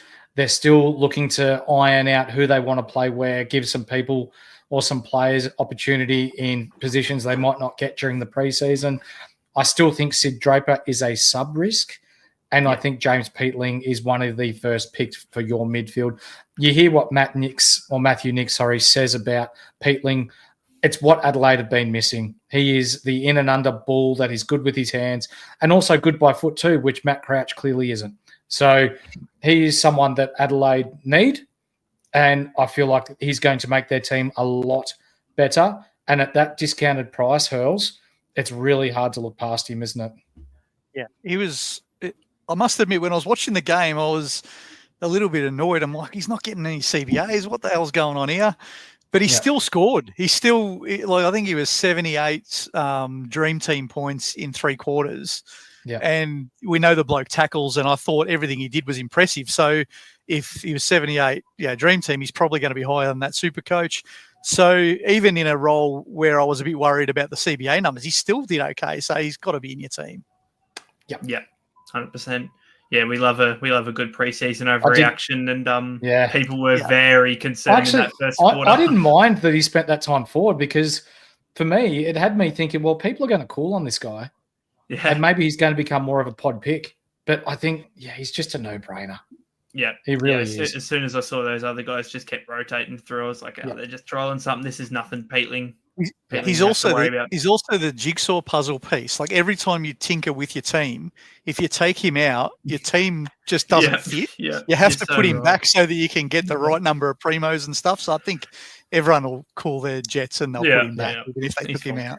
He's fine. Sid Draper's the next one. We've touched on him already. He's been really good this preseason, but from the coach himself, he's probably going to be a sub-risk early in the year. So for me, if I'm picking rookies, I want value and I want premium money-making opportunities. No doubt this kid's going to be a gun, but if he's not getting 4 quarters of footy to maximise our money-making out of him, cash is king in this game. Unfortunately, he's probably just not going to make the cut. So don't blame me if you want to go with him, but just word of caution. And Dan Curtin, Hurls, he plays forward, he plays mid, he plays wing, he can play back. Is he going to be a victim of being as versatile as what he is, or is there opportunity for him to be a regular 65 to 70 Supercoach points per game scorer? Yeah, I think versatility is going to be his enemy. I think they've found a spot for him in that forward line, it looks like. So I think they're wanting to invest in him and they want to play him. But to me, that probably tells me that they don't think he's ready yet to play the defensive role that he probably played in the juniors. And so, he's going to be capped with his scoring. He looks good, though. I think as a footballer, he looks good. But, maybe not Supercoach relevant. Let's move on to... have we spoken about Port Adelaide? No, we haven't. Pickles. So Pickles actually played some time on the Potato Deadly. Yeah. So for those that don't know who that is, Pickles is Jason Horne-Francis, and the Potato is the Crouch Potato, Matt Crouch. I wouldn't say looking for reasons this preseason to fade Pickles, but he's making it really hard for us to fade him now, isn't he? Yeah, 100%. He's looking great, and let's be honest, he's doing exactly what we expected. Look, it does make you wonder a little bit. Did he sort of excel in this game because Butters and Rosie were on cruise control and he was sort of had the freedom to do what he liked? I don't think that's the case. I think he'll score well enough, and I reckon he's pretty safely an F1 candidate. And I'm happy to lock him in straight away. Just not have to worry about getting him later. He probably wouldn't hurt me if I, just left him out. But I want his scoring pretty well straight off the jump because he can go real high real quickly. Yeah, for sure. Hurls, talk to me about Zach Butters. He's at a premium price, but we've seen each year in the AFL he's just gotten better and better and better, and his Supercoach scoring and averages have gotten better and better and better. Port Adelaide have a fairly good run to start the year. Are you playing with danger if you fade someone like him? I don't have him at the moment, so I don't know if that answers the question. Oh, well, maybe I've talked you into it or talked you out of it. No. Well, it's interesting because I actually changed structure and brought in Horne-Francis and took out Butters. I can only start one of them because of the round 12 bye, and I think Horne-Francis impressed me a bit more. He was in cruise control, so I'm not worried. I mean, and he scored I think I've VC'd him last year when he scored 190 against Richmond. So I love Butters. You're pretty happy with him, yeah, absolutely. But how many of those kind of prices can you fit in? Like if you're going to go Bont, if you're going to go him, you're going to go Sheasel, there's so many that you got to pick from. And I'm trying to focus in on which ones are going to help my buy structure and all of that. And at the moment he's made his way out, but he might come back before the season starts and who knows. Yeah. Kane Farrell, interesting. It looks like he might be the man down there. Josh Sin really struggled. So I think we can safely put a line through Josh Sin to start the year. But Deadly, Kane Farrell doesn't exactly fill me full of confidence either. No, and it's pretty simply this. It's Kane Farrell's a good footballer. He distributes the ball well, has a fucking big shoe on him, doesn't he? But he's not Dan Houston. He's already priced at a very high price, and he's not going to reach Dan Houston level because he's just not as good as Dan Houston was in that role. No. Yes, he's probably got the role locked in. It's probably comfortably his. But it's just him reaching Dan Houston's level of scoring just seems unlikely. And it's probably the worst way we wanted to see this Port Adelaide backline to work out. Look, I reckon Josh Sinn probably still has a spot in that backline. I think the only one really competing is probably, I reckon him and Logan Evans are probably the two that swap it in and out between each other. I think Logan Evans looked the better one. Yeah. And, they're probably just fighting for Kane Farrell's old role, which, let's be honest, is not as great as the Houston role. And I think this Port Adelaide backline, as much as it's been talked about this preseason, it's sort of nothing to worry about anymore. Pow Pepper Hurls. Did you see enough out of him to maybe think 180K? That's pretty cheap for someone that's been in the AFL system and is in Port Adelaide's leadership group. It is. He was in my first team pick a team when I saw the price, but he's not in there now. I don't know. He's gonna play every week. He's got good job security, but I think he's going to get a lot of 50s and he might get an occasional spike game. So he's not really one that I'm going for. No. And Joe Berry. He looked pretty good in the limited time that he had on the ground. I think he only played just over a half, had 10 touches, kicked a goal. I think he's comfortably in their round one side, but he's more expensive than your 119K rookies, but only 20K more. Deadly, are you starting him? Yeah, kid looks great, to be honest with you. He fills me with a lot of confidence. He's one of those, he looks like one of them half forwards that will, like one of these half forward rookies that will get the ball enough to not have these really, really bad games that we can expect. And I think he's a pretty safe on-field play most weeks. I feel like his base is probably a 50 the way he plays. I think you can comfortably have him, lock him in. And I just hope that the commentators next week would figure out who him and Joe Richards are, because they don't even look alike. No, they don't. It's getting ridiculous. Dead set happened 7 or 8 times. Every time Joe Berry touched the ball, he was getting called Joe Richards. Oh, it's ridiculous, isn't it? It was starting to piss me off. I think one of them, Joe Berry, kicked it to Joe Richards, and he still called him Joe Richards both times. That's unreal, isn't it? Yeah. So we can piss a bit better to that commentator, and I think we can safely move on from Port. All right. So we're moving on now to today's games. North Melbourne versus Melbourne today. So that was played in some blustery conditions as well, and Melbourne had quite a few players out, but still ended up winning the game. The result, win, lose, or draw, doesn't really matter. It's about playing people in their roles. Tristan Cherry, he dominated, but that's to be expected against Tom Campbell. Hurls, has he done enough for you, regardless of whether you're playing him or not? Has he done enough in the preseason so far to think, he's going back-to-back number one ruck seasons? Look, I think he's in the mix, in the 3 or 4 that I would put in that category.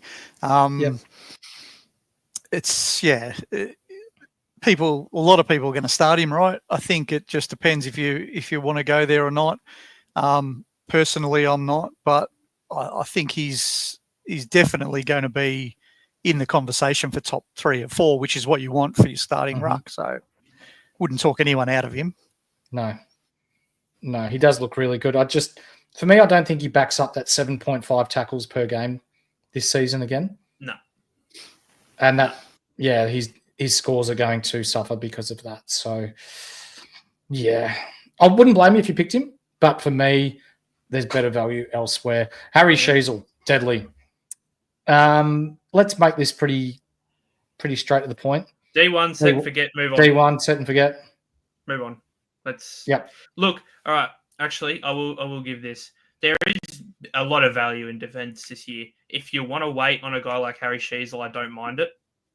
But my God, is this kid a talent, and he will probably hurt you at some points this year if you don't have him quite quickly.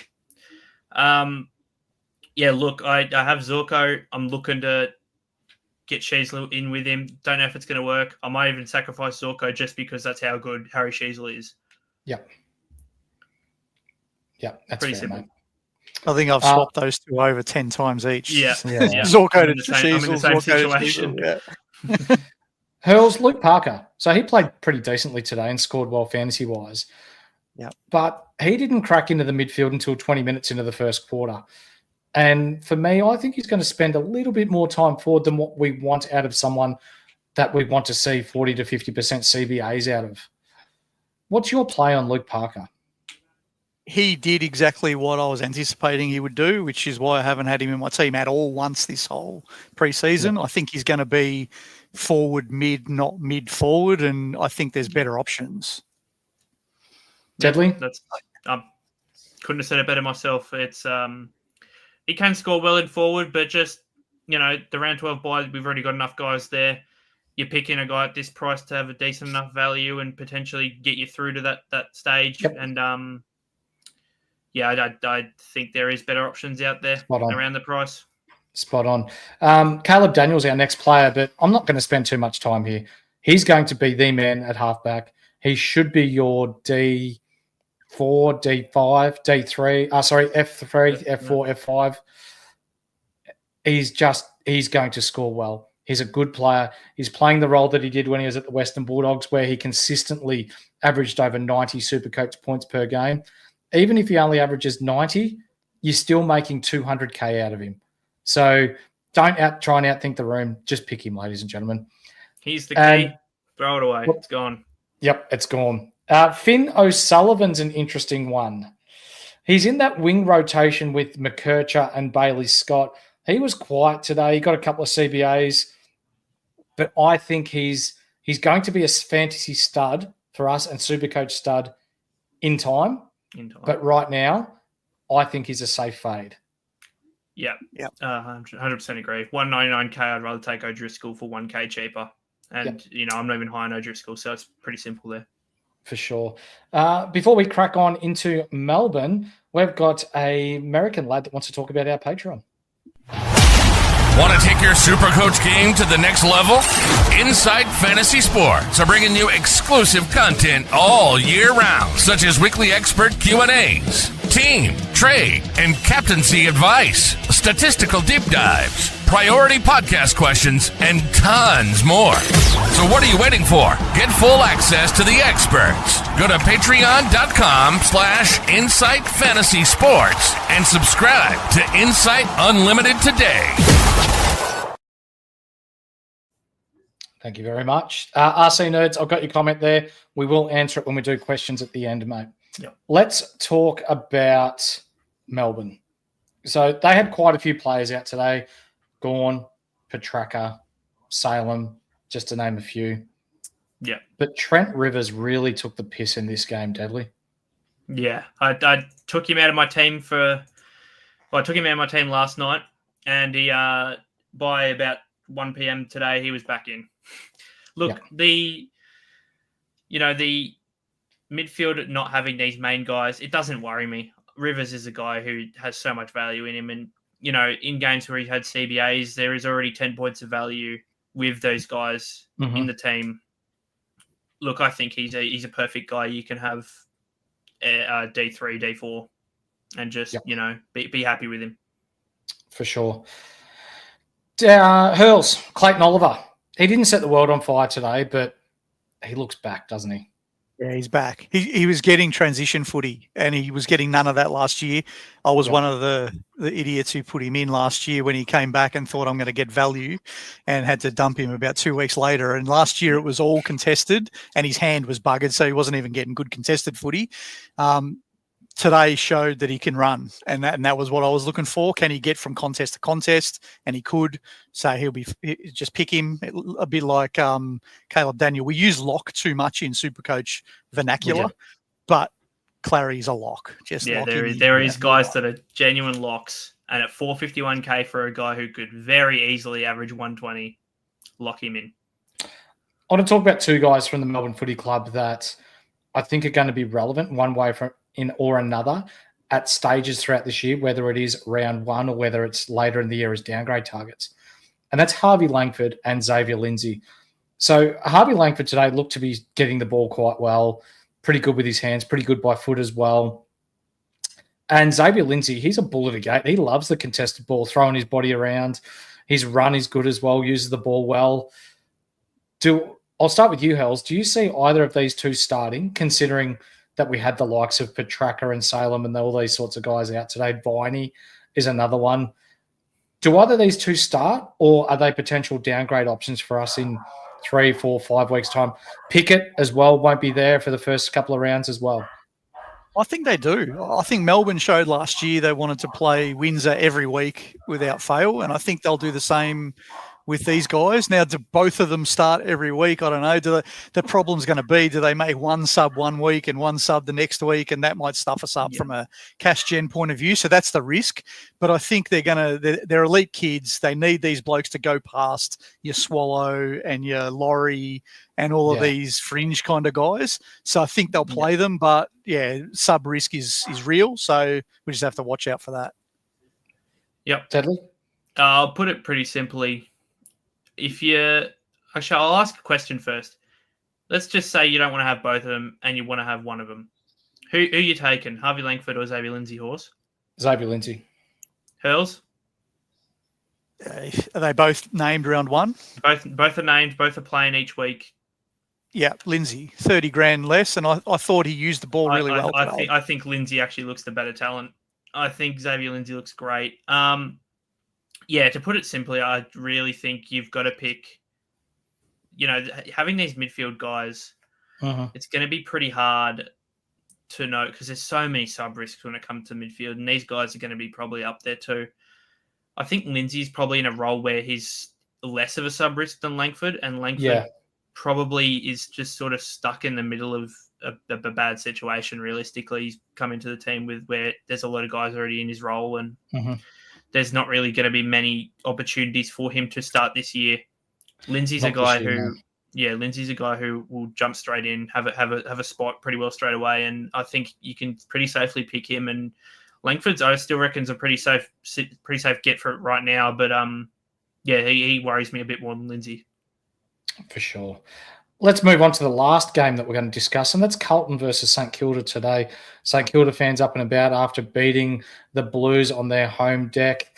For Carlton, though, there are definitely some points that we need to discuss. For St Kilda as well, because they had some rookies that really impressed us today, Deadly. But I'm going to start off with TDK. It's really concerning for me that he's still splitting time with Pitnet. One is resting forward, one's in the ruck, with Curnow in doubt for round one as well. Fuck, I don't like it at all. Seriously hurts my soul because in that third quarter when Pitnet just sort of didn't play and it was just TDK rucking, he was a monster. Looked so much better than what they did the rest of the game. I just don't know how Voss doesn't see it. I don't understand how he keeps picking Pitnet. You know what? We dislike Carlton around here because we're all Essendon fans, so we think it's great that Pitnet plays. But Supercoach-wise, why is TDK not the solo ruck? Look, right now, I'll put it simply. Pitnet's there, you can't pick TDK. Pitnet's not there, you can pick TDK. Simple as that. Yep. Hurls? Same. I was pleasantly take the SC hat off for a minute. I love it because leave Pitnet in there. He's crap. But if Pitnet, what do you call him? Shitnet. Shitnet. Shitnet. Who plays for Carl Scum. Yeah, that's it. Shitnet. I actually love today because I had a cleanse of my Supercoach team. I got rid of the last Carlton player in my team, and Jagger Smith got the arse, and so I've got no Carlton players. I'm very happy with that. We'll talk about Jagger Smith, but God, that really surprised me what happened with him today. Anyway. Let's talk about Adam Cerra. He was pretty good. He did what you'd expect him to do today. Yep. He is one of Carlton's best when he's healthy. At 440 odd K, can he stay on the park long enough to, either make us 100K or to even average you 110 for the year, Hurls? Yeah, he can. I think he's a good pick. Carlton have got a dream run for 6 weeks. Yeah. So I wouldn't talk anyone out of him. Probably my bias doesn't let me pick him because if I'm going to choose between Will Day and Adam Cerra, I'm going Will Day every day of the week. But if I took my bias out of it, you probably can start with Cerra, to be fair, because they're going to play Richmond, they play West Coast, they play North in the first 6. So you only need him to just stay fit for 6-7 weeks, and he's made you plenty of cash. Mm-hmm. Yeah. Spot on. 100% right. It's just, I don't really want to take risks with Adam Cherry. His hamstrings are literally made of Weet-Bix. So, Weet-Bix. Yeah, just simply, I think there is options that will be more of potential keepers around the price. Clayton Oliver, Will Day, even Will Ashcroft to a sense. Look, Cherry, great pick, sure. If you like him, go ahead. I'm not going to talk you out of it. But yeah, I don't trust it just enough, just personally. Someone that we were talking about a bit today, Deadly, and that's Ollie Hollands. He does have that halfback role alongside Adam Sard, so that's locked in. But ball use is a bit of an issue with Hollands. Can we pick him at 333K, or are we looking elsewhere? There was a time today, and said it to Hurls because I think he was more interested in the North Melbourne game. Yep. And there was a time where Ollie Hollands got the ball, had about 3 seconds to get rid of it, had a few options around him, and then just panicked, looked real rushed, and got done for holding the ball. And that was enough for me to say, I don't think he's ready yet. He looks quite raw. And yes, he rushes a lot, and his disposal efficiency is really showing that. Look, 333K, there is points to be made. There is value there. I just think you can safely look elsewhere, knowing that he will have a couple down games just because he's not quite ready yet. Yep. Hurls? Yep. You said before that you got rid of Jager Smith. So he's been one of the most talked about guys all preseason. He's still 70% owned or some ridiculous number like that. Today he only had 3 CBAs and was basically stuck at half forward. He had next to bugger all CBAs. Yeah. Is this starting to concern you that the role that we thought that he may have might not be there? Yeah, I think it has to. Like, again, take anything I say about Carlton with a grain of salt, because I'll find any way to get rid of their players out of my team. But I think if you're going to pick a bloke at 190K, you need him to be getting some CBAs. And I think Walsh isn't there yet. He'll come back into the team as well. So, I don't know. I'm not saying he won't be back in my team, because they might play next week and he might get bulk CBAs because today was just part of the plan. But for today, it was enough for me to say, I'm just worried. Yep. Yeah, let's move on to St Kilda. The biggest point about him, if he's stuck at half forward, Walsh still coming back in if he's not getting CBAs. Yeah. What's happening when Walsh comes back in? He's not going to get any, even with him. So yeah, he's out of my team as well, and it's really, really a worry. We're going to talk about St Kilda now, and I want to bring up this question that RC Nerds brought up previously. What are your better options than Luke Parker? Well, I'm going to give you one right now, mate, and that's Hugo Garcia. Holy fuck, he looked good. He's got that role. So he played bulk midfield today, hard as a cat's head at the contest, loves a tackle. Actually got the ball on the outside today and looked all right with it, used it quite well. At 250K, that's almost 100K less than Lukey Parker. That's freeing you up some cash there to use elsewhere. And I think with that role that he has at St Kilda, he's got better scoring potential than Luke Parker as well, Hurls. Yeah, I really want him to be viable. He would make our jobs a lot easier to avoid forward rookies, and I don't trust the forward rookies. I don't trust the defensive rookies, mind you, at this stage. So I would love for him to be a pick. And on today, he looks it. I think you're going to get your 80 out of him, 75. And at that price, I'll take it. I think I'd rather that than any of your forward, even Hewitt, which I thought was a safe forward pick. He didn't play, as we said, in the West Coast A team today. So I hope he plays, and I hope he plays that CBA role, and he can be that F5 for us. Yeah. Hi, Lockie Brook. To put it simply with Garcia, if your 250K odd guy gets himself 24 touches and 6 tackles every game, look out. Yeah. Hey, before we continue on, so this Lockie Brook bloke, ladies and gentlemen, if you're in the Bendigo area tomorrow at about 10 a.m., Lockie Brook came last in our draft league last year, and he has to dress up in a skirt at the roundabout in Strathfield, say, tomorrow morning at 10 o'clock, holding a sign saying, I'm shit at Supercoach. So if you've got some spare time, drive past, toot your horn, let him know that you agree with Horse and that he needs to be less weak as piss and needs to be better at Supercoach. If I wasn't in WA, I'd be there. Just to toot the horn. I think he's copping the love here. But let's talk Jack McRae. Geez, that role looks good, doesn't it? Yep. Yeah. Yeah. Pretty simply, just lock him in.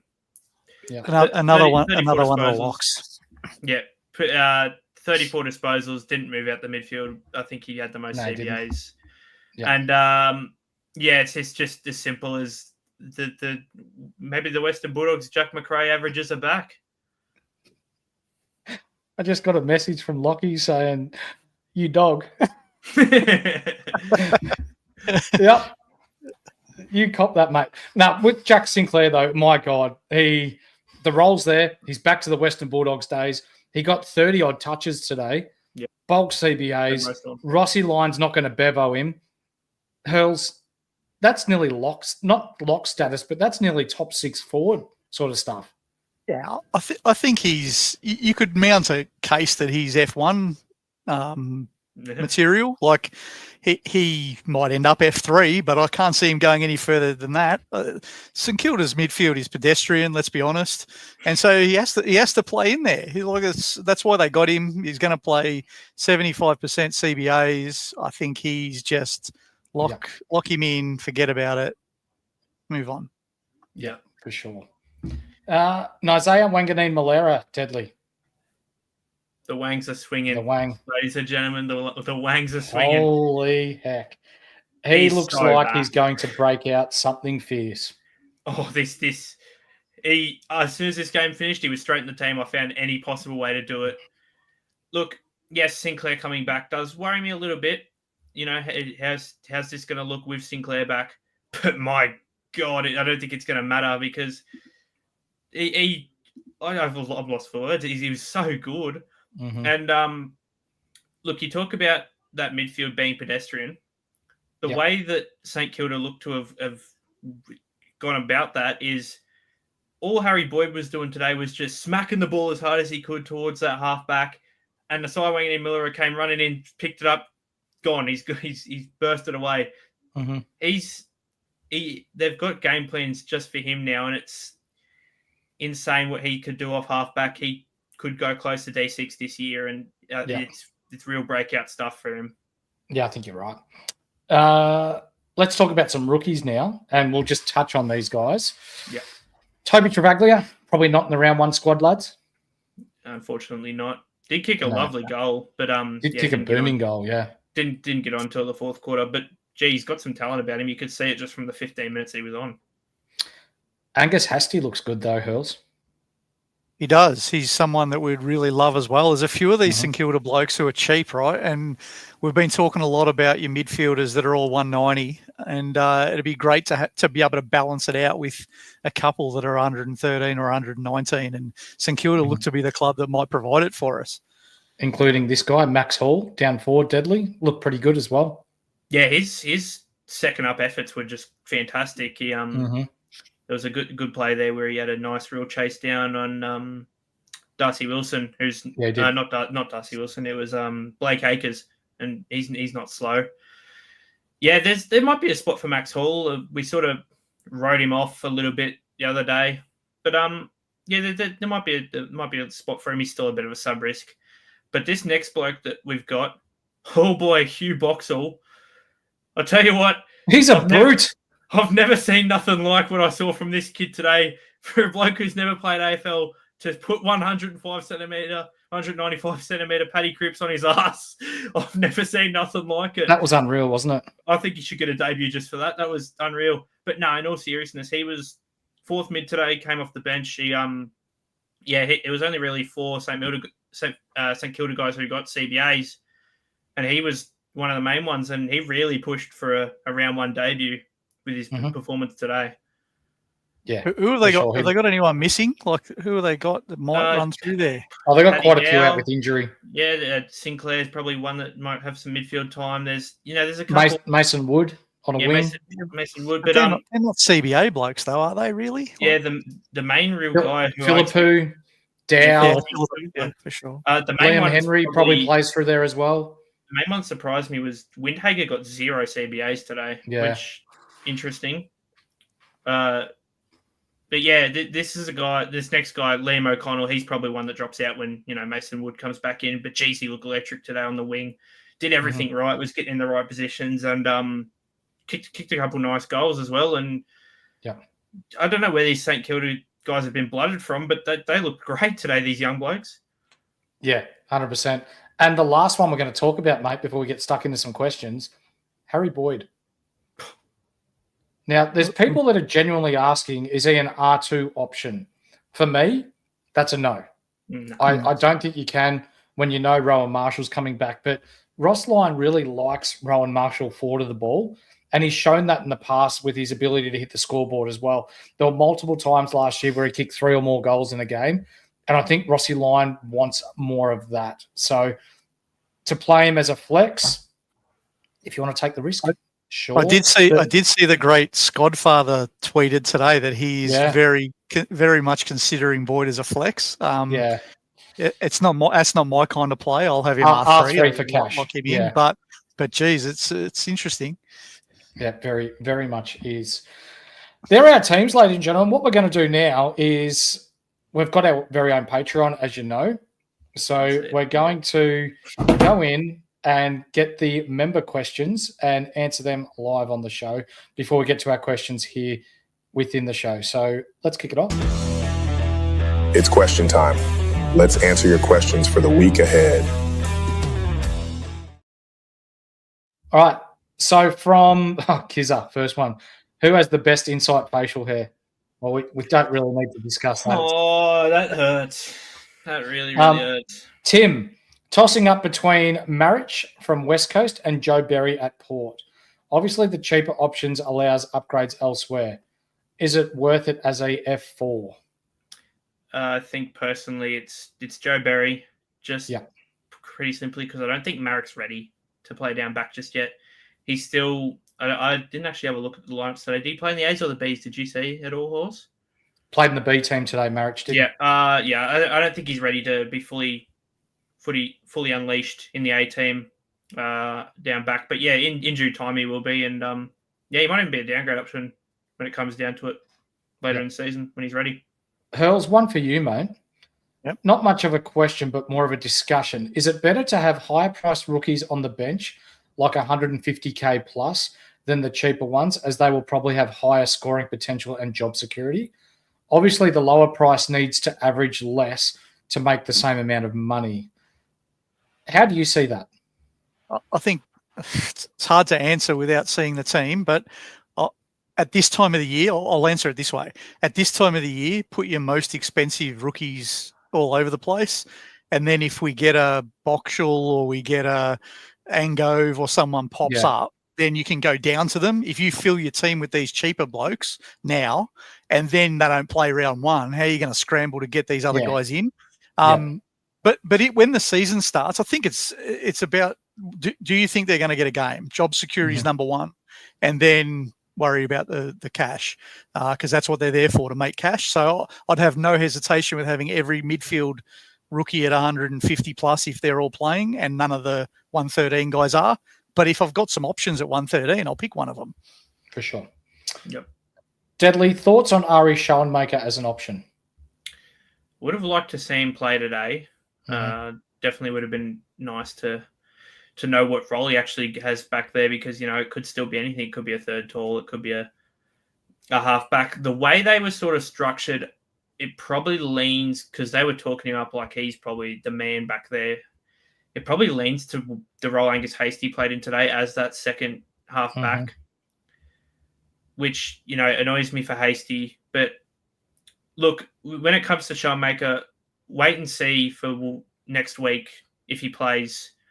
Otherwise, we're just shooting in the dark, and we don't really know. There we are. Yeah. And last one for you, Hurls, before we get to our questions within the chat. Braden's wanting to run a 3 primo defense with Mills at D4, but is struggling to find reliable, cheap options to make it work. Who would be the best D5 cheapie that you could think of? I'd change my team today for this exact reason that I didn't trust anyone. So Mills is now my D5. But if I had to go Mills at D4, I'd probably Bo Allen's probably the one I trust the most at the moment without seeing real games. And then you could maybe go a Caleb Smith. And then you're starting to talk Zach Reeds and these, which I don't want on my field. So I don't really trust two defensive rookies yet. But put some placeholders in. Don't worry yet. If we get some named in round one, that might all change. Absolutely. For sure. All right, let's get into our questions that we've got here in the chat. Corey reckons Will Phillips will take Wardlaw's spot until he comes in. He looked good today. He did look pretty good, didn't he? Yeah, he did look good, but I really see Will Phillips as just a tag, and He's now, a tagger. Yeah. There's probably other guys that don't want to blood a bit more. I can see him trying to tag Bont in round one and him just like whacking him on the head like one of those little cartoon characters. Yeah. I can see Phillips going to Bont going forward and kicking 4 or 5. Yeah. Yeah, that's probably fair. Yeah. Legend, lock in my goat Rivers. He has looked pretty good. And we've done some research here at Insight, and we all agree that he's pretty strongly going to feature in most of our sides. Case, cheers. By the way, ladies and gentlemen, Case is doing the Shave for a Cure very soon. So, cheers on Twitter. Go across and donate to him. Ripper bloke doing this for a Ripper cause. So, please donate if you can. Smith is have a look at his.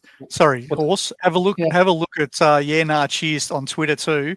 He's done some cracking little visuals for defense, midfield, forward, and color coding and all sorts of stuff. Go and have a look. It's really good. For sure. For him, he's fading Smith. Efficiency will let him down, and there's better options. So he's on board with us on that one. Yep, agreed. Yep. Corey's looking at Errol, Brayshaw, and Pickles over Smith, Butters, and Sarong.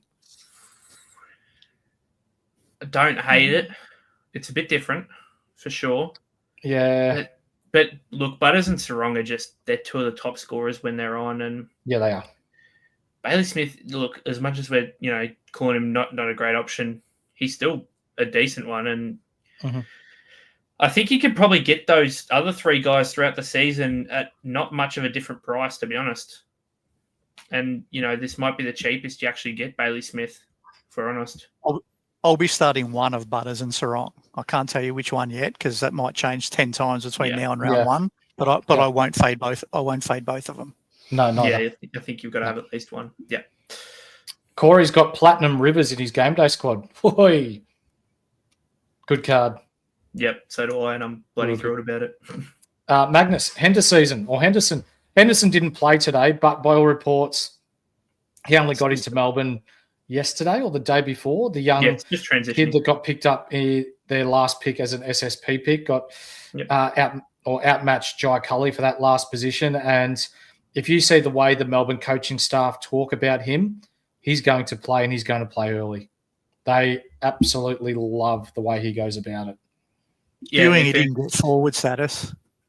I think he will come around. I think 6 he will because all the talk has been he's playing Alex. He's going to play Alex Neil-Bullen's role. Yeah. So there you go. From Kizza, our Punters Club president, does Chera become the Yo McGovern? Sorry, Yo or McGovern of 2025 with all the injury history?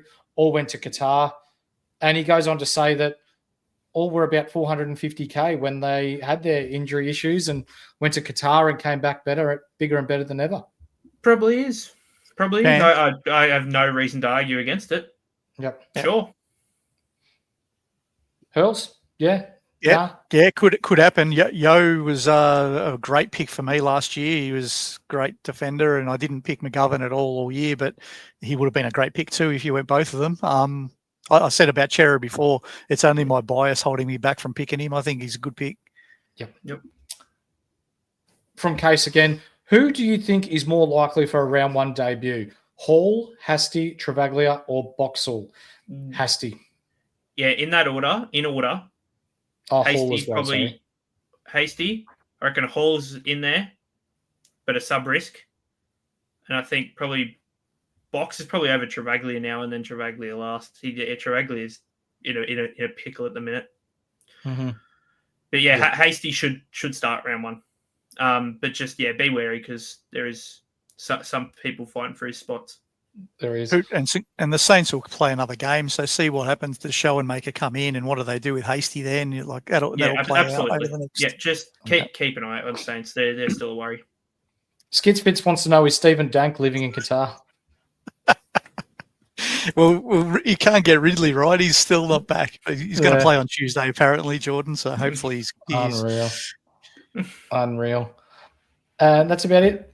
Hurls, where can the people find you at home, mate? Mainly Twitter. You have to put up with my rants on both Supercoach and Essendon. So, but at Silvertop Hurls is my handle on Twitter. I live on there. My other half would say. Deadly. Yeah, same thing, mate. It's that way. That way. Wait, we'll find Mirrored. out. Right there. Yep. Right there. On X. Yeah. Yep. Tell you what, we've been doing some great things over the past week, fellas, and this 2-hour live today, and it's unreal. Yeah, I don't know why you haven't followed us already. It's a bit silly of you blokes. Yeah, if you haven't yet, please hit the thumbs up, give us a like and a subscribe. We would love that. And if you end up listening to us on audio, give us a 5-star review. Now, the boys at Insight and I have discussed this, and we're not going to do a pod Sunday night because I will be neck deep in alcoholic beverages doing a draft. But we have a live coming Monday, Tuesday, Wednesday, Thursday, Friday. We're going to try and go live every night next week to give everyone at home a footy fix before round one. So we look forward to continue to bringing you some of the very best content in the Supercoach world. There are other content creators out there as well. Please give them a like and a follow as well. It is one big Supercoach community. We all get along. We all appreciate each other's content.